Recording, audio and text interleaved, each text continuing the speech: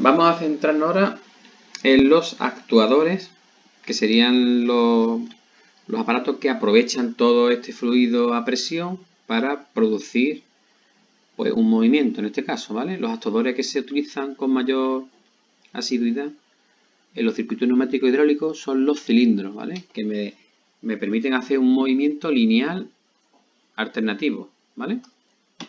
Bueno, hay dos tipos de cilindros. Estaría el cilindro de simple efecto, que sería como este, ¿vale?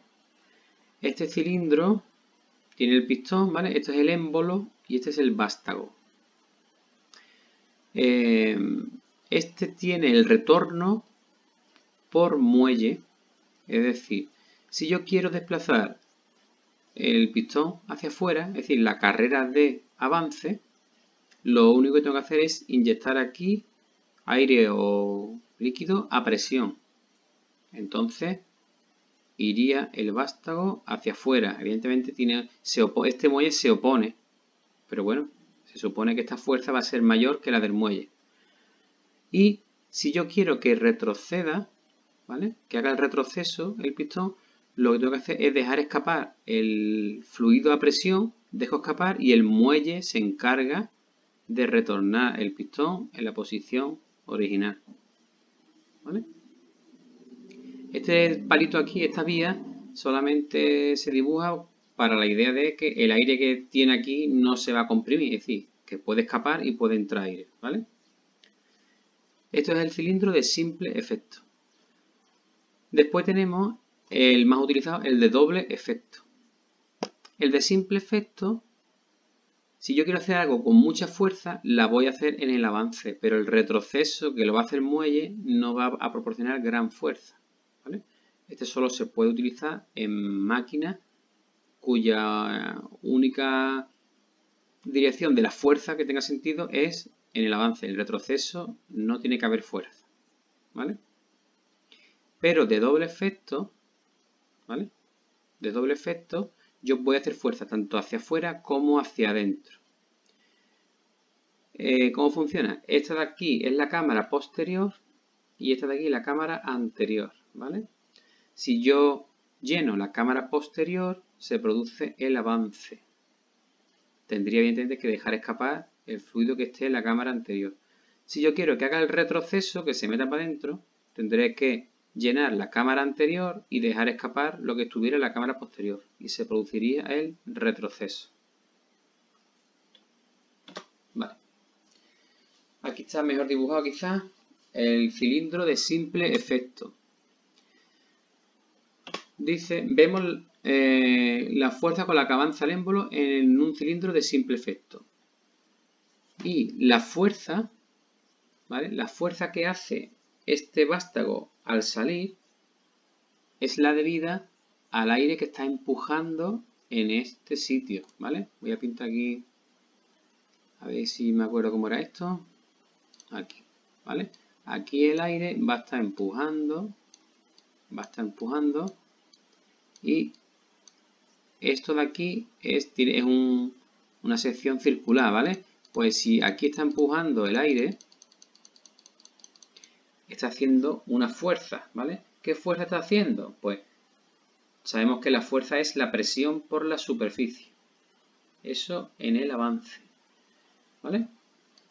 Esta fuerza de avance sería esta, la teórica. Solamente considero el aire, pero la real está formada por la teórica, es decir, el aire solamente, pero también fuerzas de rozamiento. ¿Dónde hay aquí rozamiento? Pues en los límites del émbolo, donde roza el émbolo con el cilindro y donde roza el vástago también con el cilindro en la parte exterior, ¿vale? Aquí hay un rozamiento que se opone, sabe que el rozamiento va siempre en contra del movimiento, ¿vale? Pero además también está la fuerza del muelle.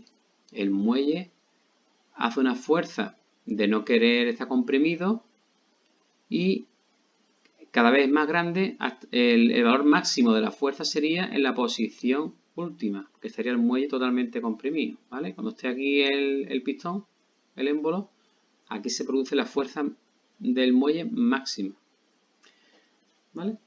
nos quedamos con esta fórmula, ¿vale? Que la vamos a utilizar en los problemas. Después, otro parámetro importante es el consumo, ¿vale? La cantidad de... vamos a poner aire, ¿vale? Vamos a utilizarlo como neumática porque en los líquidos tiene menos sentido, porque no se comprime. ¿Cuánto aire va a consumir este cilindro? Lo primero que me tienen que dar sería el número de ciclos. Un ciclo sería avance, retroceso, ¿vale? Plac, plac. Eso es un ciclo. Pues si me dicen cuántos ciclos hace en un minuto, te podré calcular el consumo, normalmente en litros por minuto.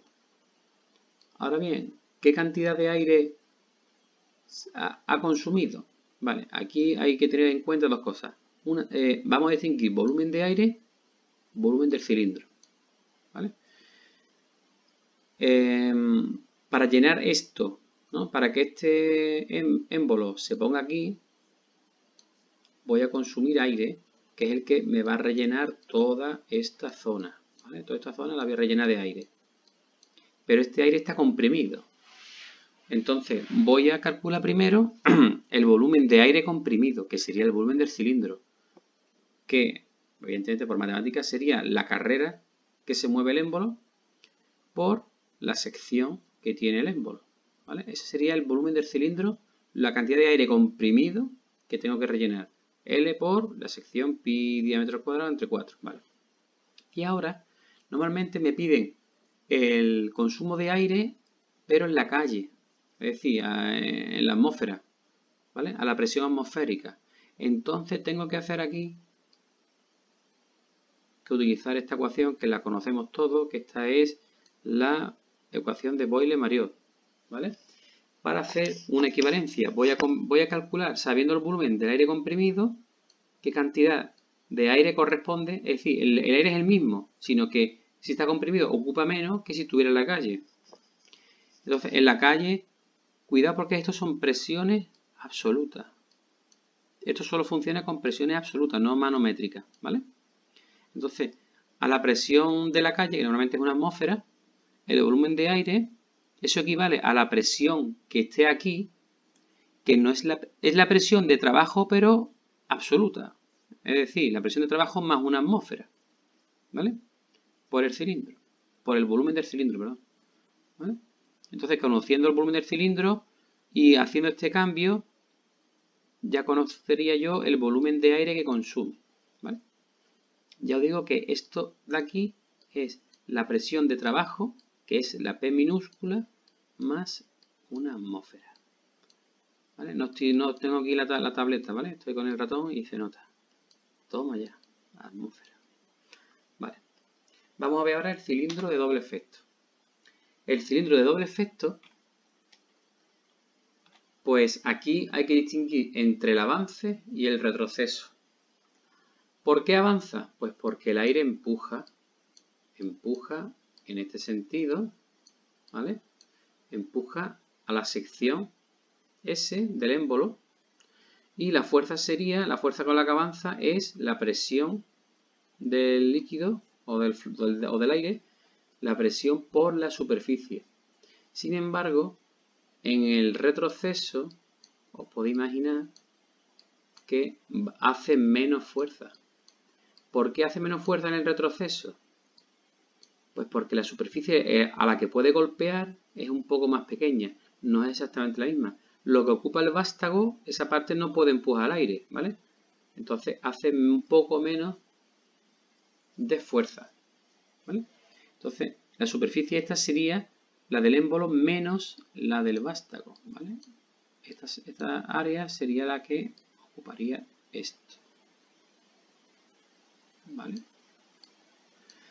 Bueno, tenemos lo mismo, fuerza teórica, ¿vale? Y la de avance, aquí solamente se restaría el rozamiento, ¿vale? Aquí no hay muelle. Y por último, el consumo de aire de un cilindro de doble efecto, pues básicamente es lo mismo, pero para hacer un ciclo, que os recuerdo que un ciclo era avance y retroceso, tengo que llenar por un lado y tengo que después rellenar por el otro lado. Pero hay una diferencia. Cuando yo relleno por este lado, el volumen es L por S, pero cuando relleno por este lado, no hace falta rellenar el volumen que ocupa el vástago, con lo cual sería L por S'.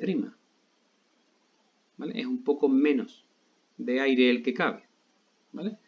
Sería L por S más L por S', factor común L, y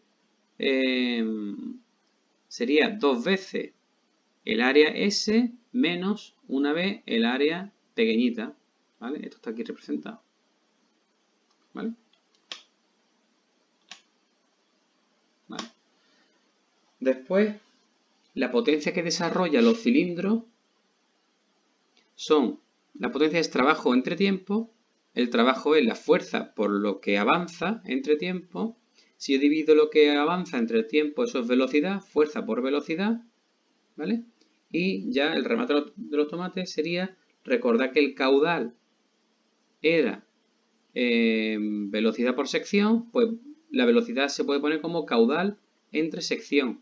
Pero además la fuerza es presión por sección, con lo cual me puede quedar que la potencia es presión por caudal. Vale, esto es rizar el rizo un poco, pero no hay ninguna historia, ¿vale?